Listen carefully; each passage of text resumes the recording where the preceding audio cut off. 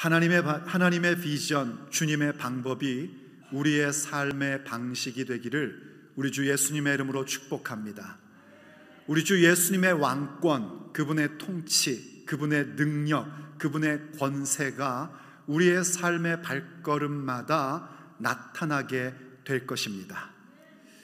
우리가 요한복음 6장에 들어와서 이른바 오병이어의 표적에 대하여 함께 말씀을 들었습니다. 오병이어의 표적의 중요함은 사복음서가 동일한 사건을 모두 기록하고 있다는 데에서 우리가 그 중요도를 파악했습니다. 그렇지만 요한복음의 오병이어의 표적은 공관복음, 곧 다른 세 복음인 마태, 마가, 누가복음에서의 오병이어의 표적과 다른 메시지를 주고 있다는 것을 우리가 보았습니다. 공관복음에서는 예수님께서 이 표적을 행하시기 전에 제자들에게 너희가 먹을 것을 주어라 하는 말씀을 주셨습니다. 그 말씀의 메시지는 바로 이 세대의 어려움, 이 세대가 갖고 있는 배고픔, 문제, 이 모든 것들에 대해서 예수님의 제자들이 어떤 의식을 가져야지 되고 어떤 책임과 의무를 다해야 하는가 하는 부분의 메시지로 오병이어의 표적을 기록해 하시고 우리에게 주셨습니다. 그렇지만 요한복음은 다른 부분으로 우리에게 메시지를 주셨습니다. 오병이어의 표적을 행하시기 전에 주께서 제자들에게 하신 말씀이 어디서 너희가 떡을 사서 저들을 먹게 하겠느냐 하는 질문으로 시작하셨습니다. 성경이 말씀하기를 예수님께서 친히 어떻게 하실지를 아시고 제자를 시험하시고자 하심이었답니다. 제자들로 하여금 그들이 가지고 있는 신앙이 어떠한지 드러나게 하시고 예수님의 능력으로 그들의 믿음이 더욱더 성장케 하시고자 하는 연단을 베풀어 주셨다는 겁니다. 주님께서 제자들에게 보고 싶으셨던 건 그겁니다. 과연 그들이 예수님의 가르침 따라 곧 5장 그 후에 주신 메시지이기 때문에 5장에서 주신 말씀대로 예수님을 믿는가 하는 부분들을 드러나게 하시고자 시험하신 겁니다. 곧 5장의 말씀, 예수님은 하나님 아버지와 동등된 분이시요 예수님만이 유일하신 하나님의 아들이시며 사랑받으시는 아들, 곧 하나님 아버지의 왕권, 그 권세와 통치와 영광을 계승받으시는 유일하신 분임을 믿는가? 그분이 바로 그렇기 때문에 생명의 주요 심판자이신 것을 믿는가? 그분이 왕이심을 믿는가? 그를 믿는 자들에게는 영생을 주시고 사망에서 생명으로 옮긴 바 되며 마침내 생명의 부활로 나아오게 됨을 믿는가? 이 부분을 드러나게 하시고 연단하여 성장시키시려고 그들을 시험하신 거였습니다. 그 후 바로 그 말씀을 하신 후 대략 한 5, 6개월의 시간이 흘렀을 것입니다. 5, 6개월 동안에 예수님은 무엇을 하셨냐면 예수님께서 그렇게 바로 하나님의 아들이요 그리스도이심을 증거하시기 위해서 표적들을 행하셨습니다. 수많은 표적을 행하셨고 그것을 통해서 예수님을 증언해 주셨습니다. 그런데 안타깝게도 제자들은 예수님의 이 시험에 제대로 통과를 하지 못하고 자신들의 믿음 없음만이 드러나게 되었습니다. 예수님은 분명히 어디서 떡을 사서 저들을 먹이겠느냐라고 물으셨습니다. 말하자면 우리가 만나고 있는 현재의 문제들, 예수님과 함께 살고 있고 믿음으로 살고 있음에도 불구하고 만나고 있는 장벽들, 뭔가 어려움들, 이러한 것들을 어디서 너희들이 해결을 보겠느냐? 어디서 떡을 사서 그 부분을 해결하겠느냐? 하고 물으셨는데 제자들의 응답은 어디서가 아니라 어떻게만을 생각했었습니다. 그들은 생각했습니다. 200데나리온이나 되는 떡을 산다 할지라도 사람들에게 조금씩밖에 주지 못할 것이다. 또 한 제자는 생각했습니다. 우리에게 있는 것이라고는 어린아이가 갖다 준 도시락 보리떡 5개와 물고기 2마리밖에 없는데 이거는 도저히 될 수가 없겠구나. 자기들 나름대로의 해결 방법을 생각했습니다. 어떻게 하면 된다는 것을 마치 알고 있는 듯 했습니다. 하지만 결과는 뭔가 불가능하다는 거였습니다. 그들의 문제는요, 그들이 무언가 많이 갖고 있고 혹은 적게 갖고 있고 그것이 그들의 문제가 아니었습니다. 그들의 문제는 무엇이었냐면 예수님의 질문조차 이해하지 못했다는 겁니다. 바른 답을 가지려면 질문을 이해해야지 됩니다. 질문 자체를 잘못 이해하면 답을 가질 수가 없습니다. 매일 답을 가져봐야 오답뿐입니다. 우리의 인생 속에서도 여러 가지 만나는 어려움과 장벽들과 해결해야 될 문제들에 대해서 예수님이 주시는 질문은 뭐냐면 네가 어떻게 그것을 풀 것이냐가 아니라 어디서 그 문제 해결을 찾으려느냐 하는 것을 묻고 계신 겁니다. 제자들은 그것을 사지 못했습니다.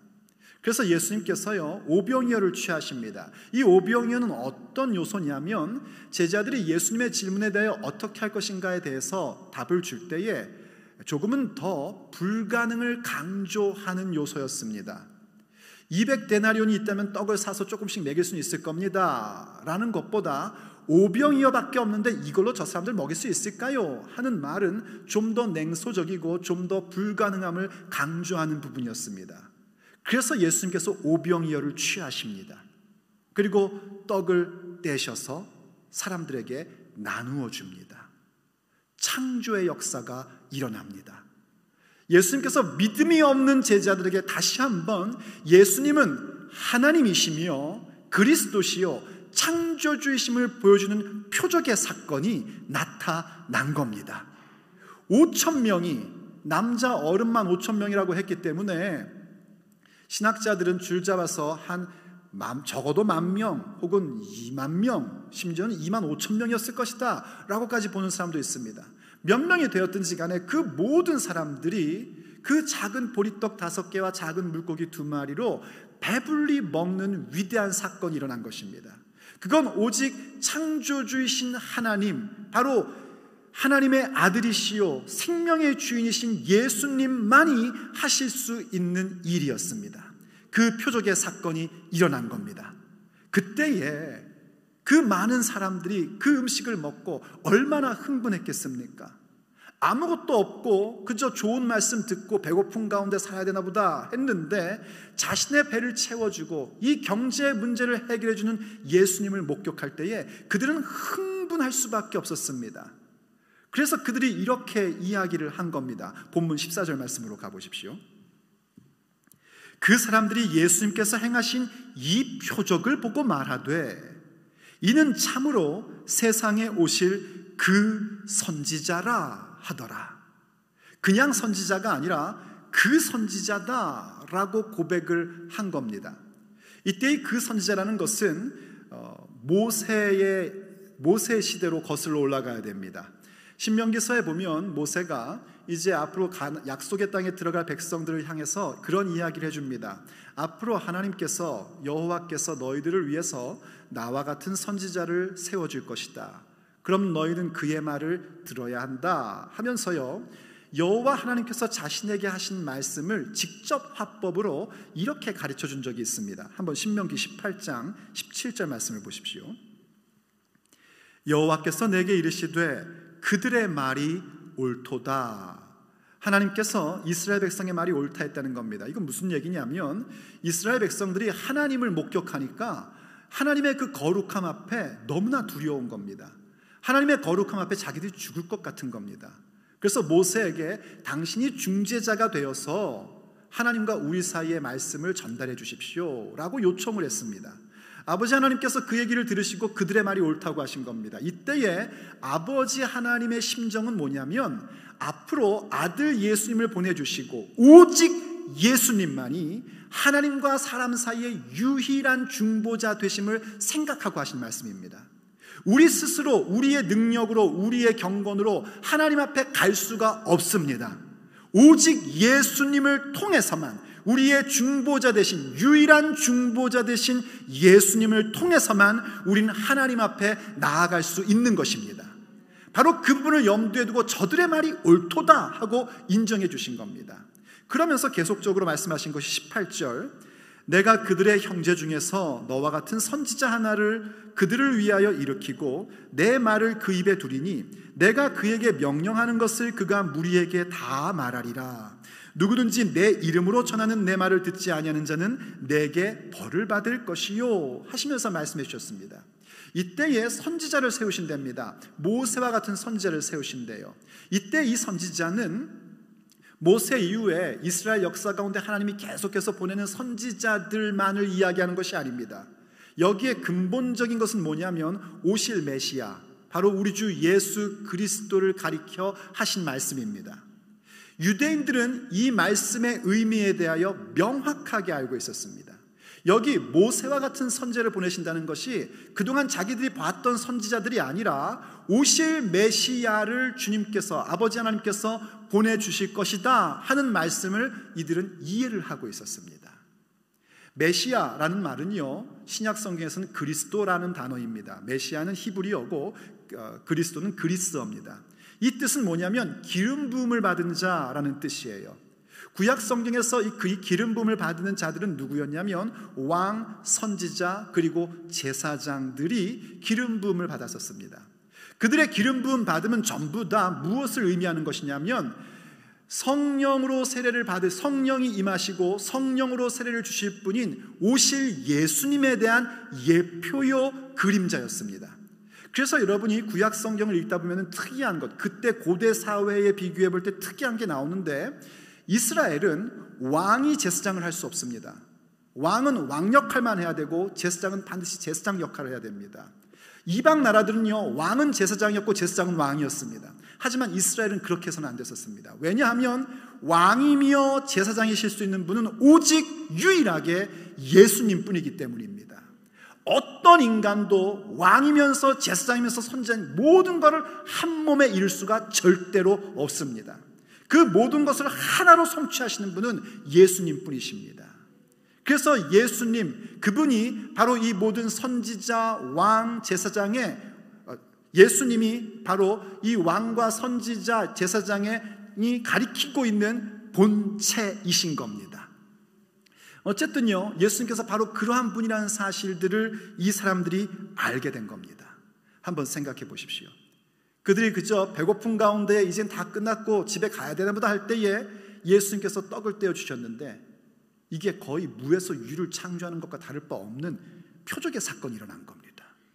그것을 먹는 순간 이 사람들은 무엇이 버뜩 생각이 났냐면 바로 모세 출애굽 시대 때에 먹던 만나의 이야기가 생각난 겁니다. 만나에 대한 말씀이 생각났고, 그 생각 끝에 모세가 앞으로 나와 같은 선지자를 세울 것이라는 그 선지자, 곧 메시아가 바로 예수님이시구나 하는 것을 직감하게 된 겁니다. 그래서 그들이 어떻게 하려고 했냐면 예수님을 자기들의 임금으로 삼으려고 했다는 겁니다. 얼마나 당연한 일입니까? 그런데 참 이상하죠. 예수님께서 그들이 자신을 임금으로 삼으려는 것을 거절하시고 혼자 산으로 올라가셨답니다. 그것이 오늘 본문 15절의 말씀입니다. 다시 한번 보십시오. 그러므로 사람들이 이가 그 선지자구나 하고 얘기한 것을 보고, 그러므로 예수님께서 그들이 와서 자기를 억지로 붙들어 임금으로 삼으려는 줄 아시고 다시 혼자 산으로 떠나가시니라. 이게 무슨 일인가요? 예수님은 이 땅에 오신 이유가 하나님의 나라를 선포하시기 위하심입니다. 우리가 그냥 예수님은 나의 죄를 위해 오셨다라고 생각하고 끝나는데, 나의 죄를 씻어주시는 이유는 뭐냐면 하나님의 나라를 받게 하기 위하심입니다. 그래서 예수님의 첫 번째 선포도 뭐였냐면 회개하라, 천국이 가까이 왔느니라 하셨습니다. 그리고 거두절미하면 그 하나님 나라의 왕은 누구신가? 바로 우리 주 예수님이십니다. 예수님이 왕이십니다. 아버지 하나님의 왕권을 승계받으신 유일하신 왕은 우리 주 예수님이십니다. 자, 그렇다면 지금 이 사건은 뭐냐면 바로 예수님이 왕이심에 대한 부분을 사람들이 현실적으로 인정하는 순간입니다. 그런데 예수님이 거절하셨다는 겁니다. 우리에게 적용하자면 우리가 이렇게 고백한 겁니다. 예수님, 내 인생의 왕이 되주십시오 했더니 예수님께서 말씀하시기를 싫다, 나는 네 왕 안 할란다 이러셨다는 겁니다. 도대체 무슨 일이 일어난 걸까요?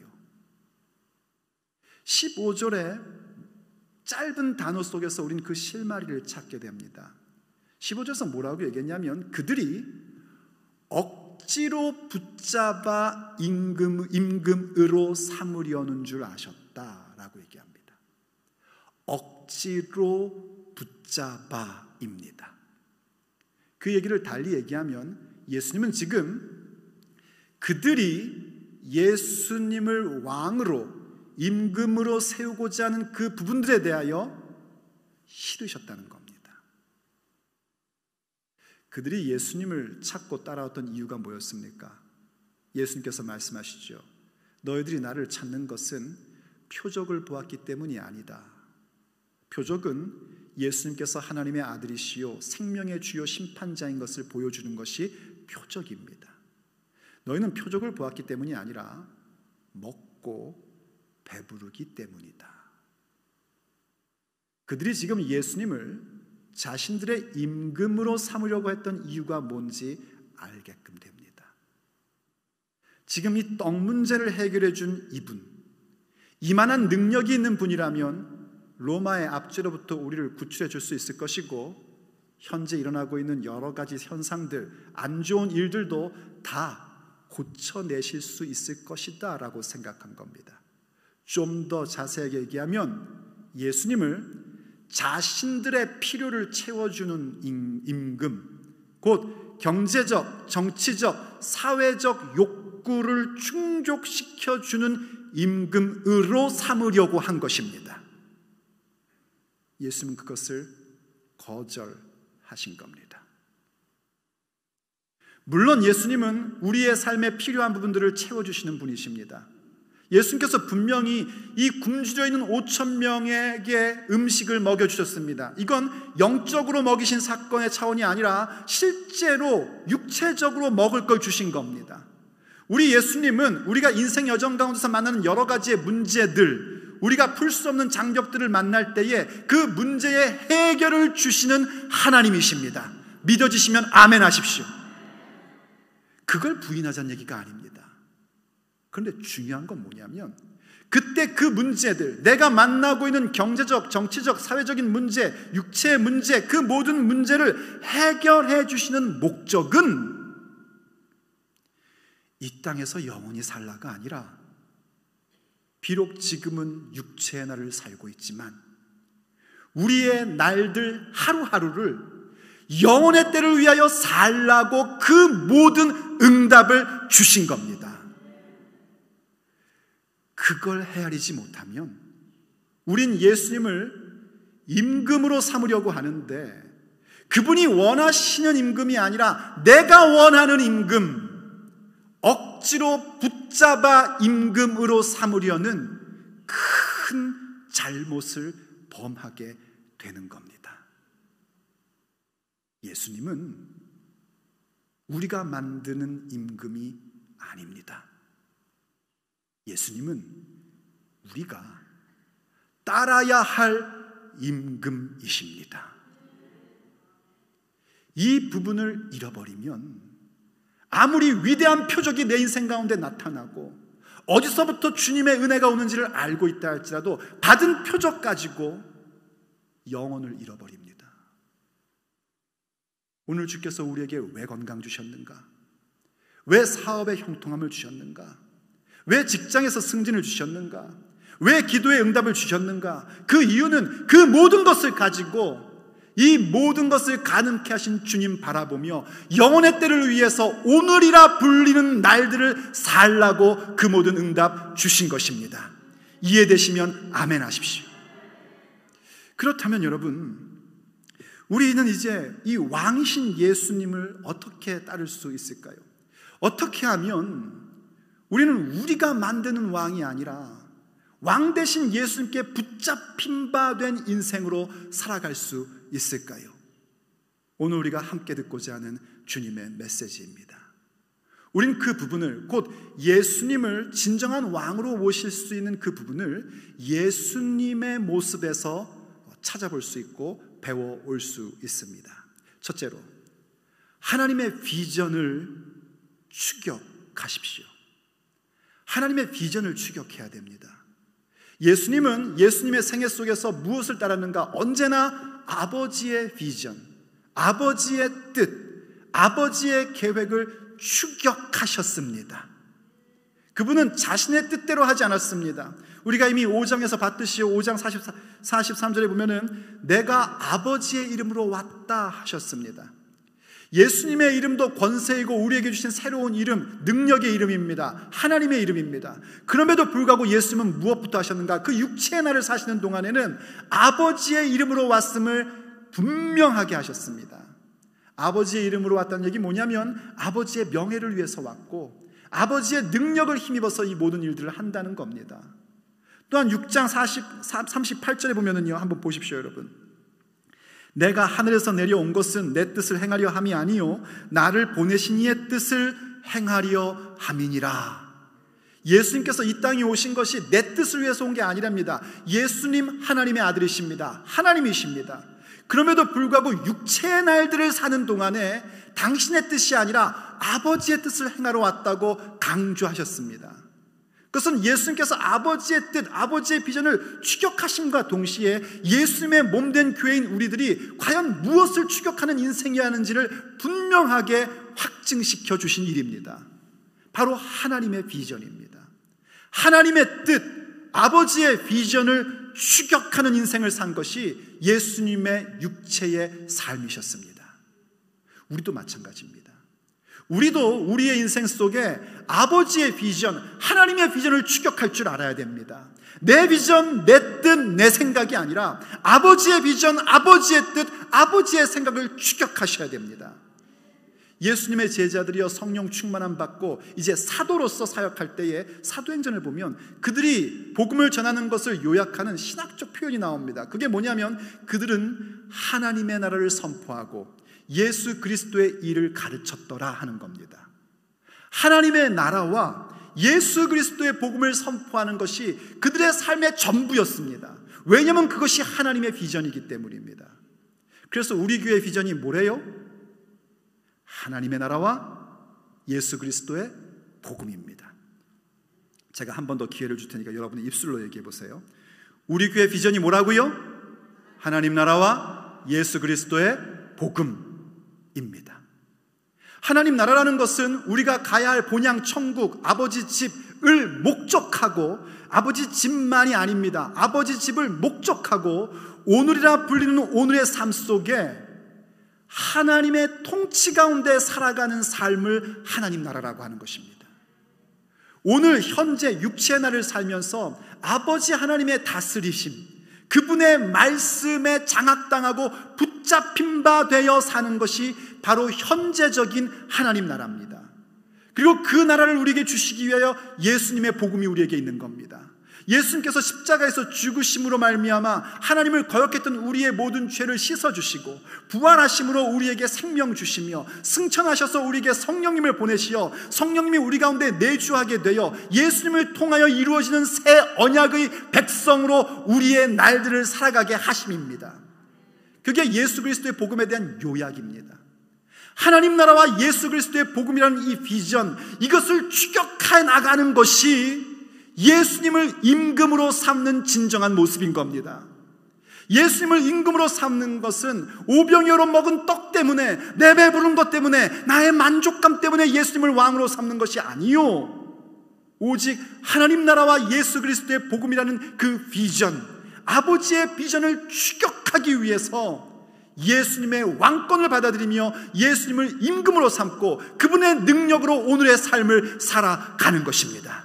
그들이 바로 예수님을 진정으로 임금으로 삼는 자들의 모습인 것입니다.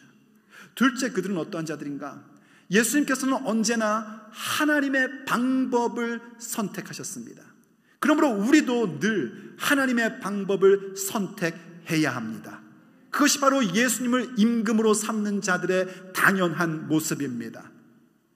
아무리 우리가 하나님의 비전을 알았다 하고 하나님의 뜻을 알았다 할지라도요, 그 비전과 그 뜻을 이루는 방법에 있어서 하나님의 방법을 선택하지 않고 나의 방법을 선택해버리면 결국은 낭패를 보게 될 겁니다. 그런데 참 우리의 고민이 뭐냐면, 이 도전, 하나님의 방법이 아닌 내 방법, 내 계산, 혹은 더 쉬운 방법, 이러한 것들은 계속적으로 도전해 온다는 겁니다. 예수님께서도 그 도전을 계속 받으셨습니다. 예수님께서요, 사역을 처음 시작하실 때 아시는 분은 아시다시피 40일 동안 광야에서 금식을 하셨습니다. 그리고 그 금식 기도에 승리하셨을 때 처음 찾아온 것이 이 마귀 사탄이었습니다. 마귀 사탄이 찾아와서 3가지 유혹을 했죠. 그 유혹의 내용들은요, 전부 다 예수님께는 쉬운 것들입니다. 쉬운 것들입니다. 그런데 특별히 그 가운데 이런 얘기를 했었습니다. 이 마귀가 예수님을요, 산 꼭대기에 데리고 올라가서 세상 모든 나라들을 보여주고 모든 영광을 보여준 다음에 얘기합니다. 이렇게 얘기했습니다. 마태복음 4장 9절 보십시오. 이르되 만일 내게 엎드려 경배하면 이 모든 것을 내게 주리라. 마귀가 이렇게 얘기할 수 있는 것은 에베소서에 보면은요, 마귀는 공중권세를 잡은 자다라고 얘기합니다. 다시 말해서 하나님께서 아담에게 만물을 정복하고 다스리는 권세를 주셨는데, 아담이 마귀에게 속아서 그 유혹에 넘어가서 그걸 전부 다 마귀에게 줘버린 겁니다. 넘어가 버린 겁니다. 그래서 그가 공중권세 잡은 자가 된 겁니다. 그래서 지금 예수님께 유혹하는 겁니다. 나에게 한번 절만하오. 그럼 내가 이거 다 너에게 넘겨줄게. 이거 다 돌려받으려고 온 거 아니냐. 다 돌려받으려 온 것이고 죄 가운데서 구원하려고 온 거니까 내가 그냥 다 줄게. 쉬운 방법으로 가자. 말하자면 타협점을 가지고 온 겁니다. 그때 예수님께서 선택하신 방법은 뭡니까? 계속해서 예수님께서 이렇게 말씀하시죠. 마태복음 4장 10절입니다.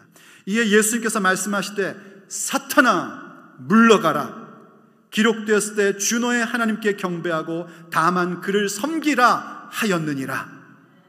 사단의 방법이 우리에게 들어올 때는 우리가 해야 될 건 이겁니다. 사탄아 떠나가라. 예수님의 이름을 명하노니 사탄아 떠나가라 하셔야 됩니다.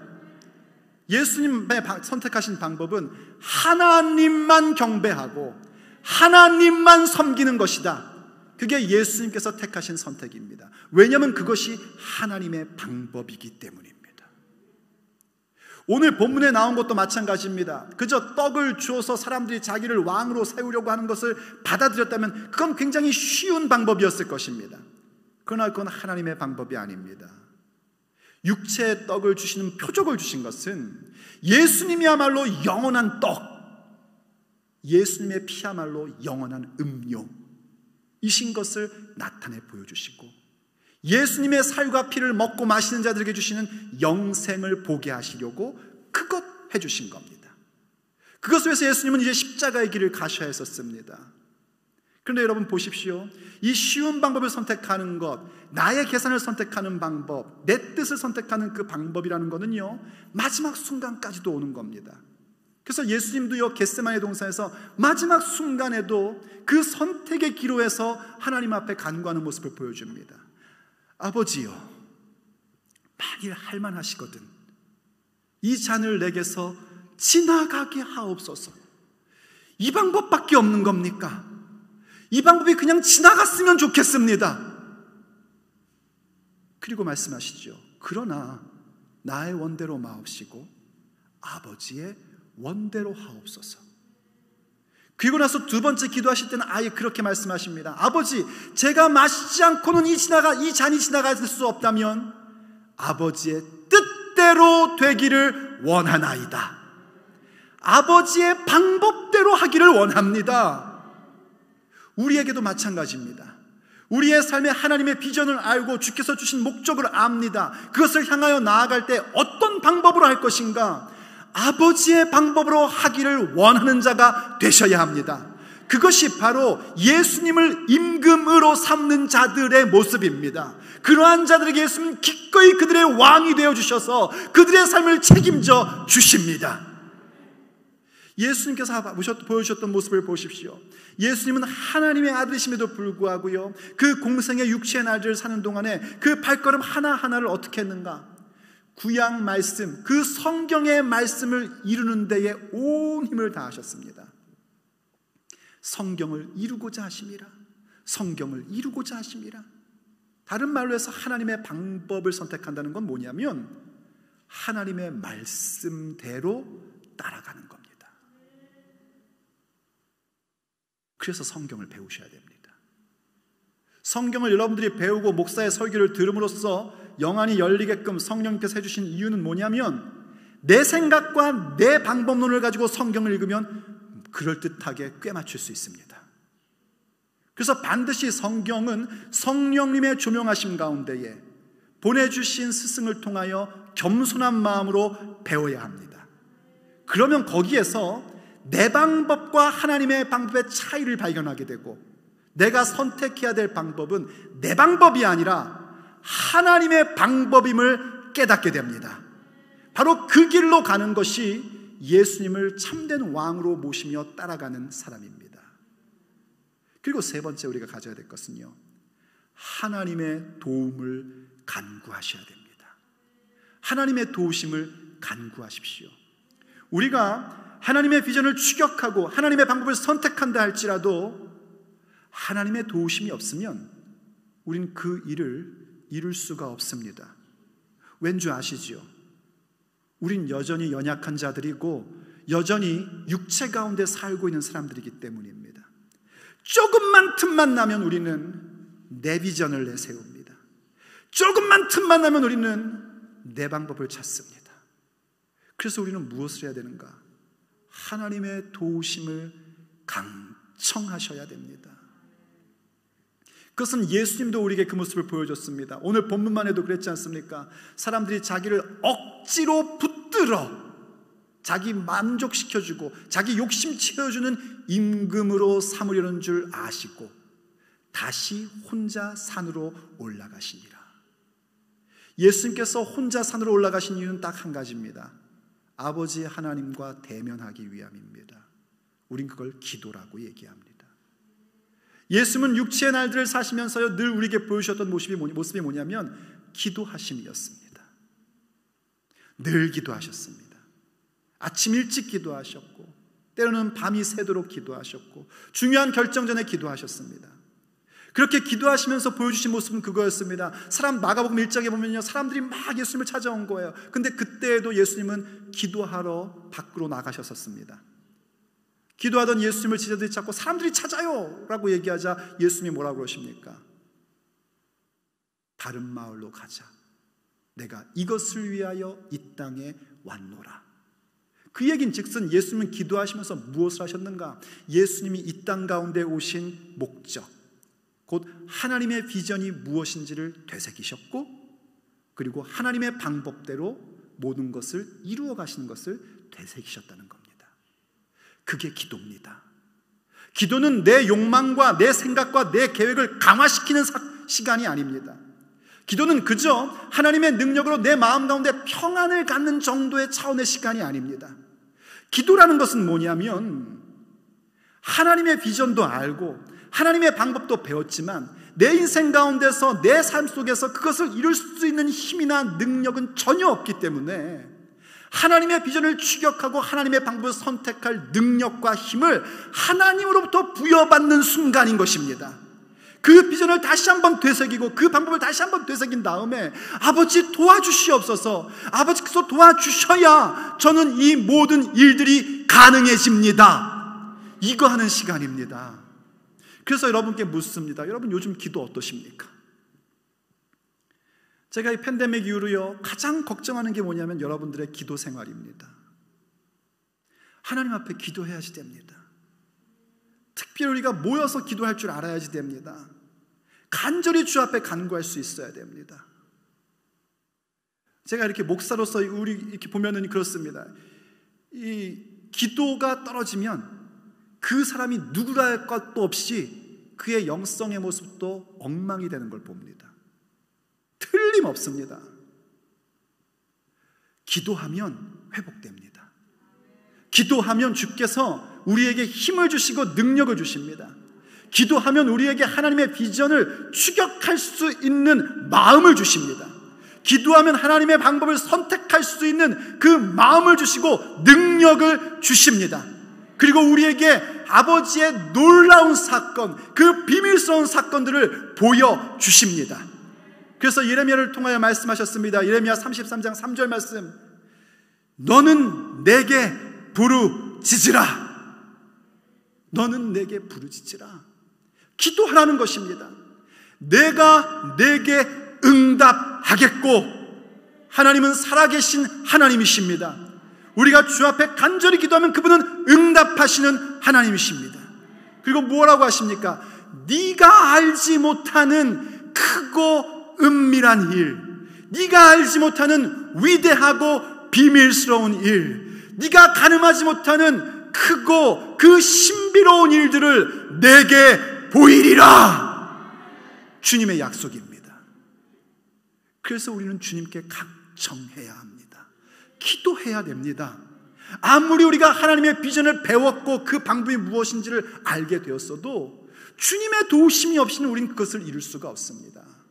그래서 주 앞에 예수님께서 보여주신 것처럼, 그분이 오늘 본문도 얘기하지 않습니까? 다시 산에 올라가셨대요. 다시라는 단어를 놓치지 마십시오. 그건 주님께서 늘 하시던 대로 하는 겁니다. 어쩌다 한번 기도가 아니라, 기도가 그분의 라이프 스타일이었던 것처럼 습관을 따라 기도의 자리로 가셨단 말입니다. 저는 여러분도 습관을 따라 이 예배당 가운데 와서 기도하는 자들 되기를 예수님의 이름으로 축복합니다. 기도해야 됩니다. 그럴 때에 주님의 능력이 우리 가운데 나타납니다. 예수님을 임금으로 삼는다는 것이 무엇인지를 우리가 명확하게 알게 되는 것입니다. 여러분, 예수님이 여러분의 왕이심을 믿으십니까? 참 잘하셨습니다. 그러면 다시 한번 여러분 스스로 질문을 던져보십시오. 여러분은 왜 예수님을 임금으로 삼으려 하고 계십니까? 내 만족감을 채워주셨기에, 앞으로 그것을 더 주시기를 원해서 그분을 임금으로 삼으려고 하십니까? 예수님께서 그런 임금 안 하시겠답니다. 그러나 오늘 주신 말씀처럼 아버지의 비전을 추격하고 아버지의 방법을 선택하며 주님의 도우심을 구하려고 예수님의 임금이심을 인정하고 따르십니까? 그렇다면 여러분들은 보게 될 것입니다. 아버지께서 예수님을 임금으로 삼고 따르는 자들에게 주시는 그 위대하고 그 비밀스럽고 그 신비로운 일들을 여러분들은 보게 될 것입니다. 기도하시겠습니다. 아버지 하나님, 오늘 우리에게 말씀 주셔서 감사합니다. 우린 예수님이 우리의 인생의 주인이요 왕이라고 그렇게 이야기를 했는데, 때로는 우리의 부족함과 우리의 못남 때문에 억지로 붙들어 임금으로 삼으려는 그 죄악을, 그 못남을 버리지 못했음을 고백합니다. 오늘 이제 그러한 삶을 예수님의 능력으로 청산하기 원합니다. 도와주시옵소서. 그리고 오직 아버지의 비전을 추격하며 아버지의 방법을 선택하고 아버지의 도우심을 간구하는 그 모습으로 예수님의 임금이심을 인정하고 우리가 따라야 할 왕으로 모시며 살겠습니다. 그러므로 주여 우리 가운데에 그 위대하고 비밀스러운 일들을 보여주시옵소서. 그것을 목격하며 비록 육체의 날들을 살고 있으나 영혼의 때를 살게 하여 보게 하여 주시옵시고, 오늘이라는 날들을 영혼의 날을 위하여 육체의 날을 살아가는 지혜로운 자들이 되게 하여 주시옵소서. 우리 주 예수 그리스도의 이름으로 간절히 기도 올립니다.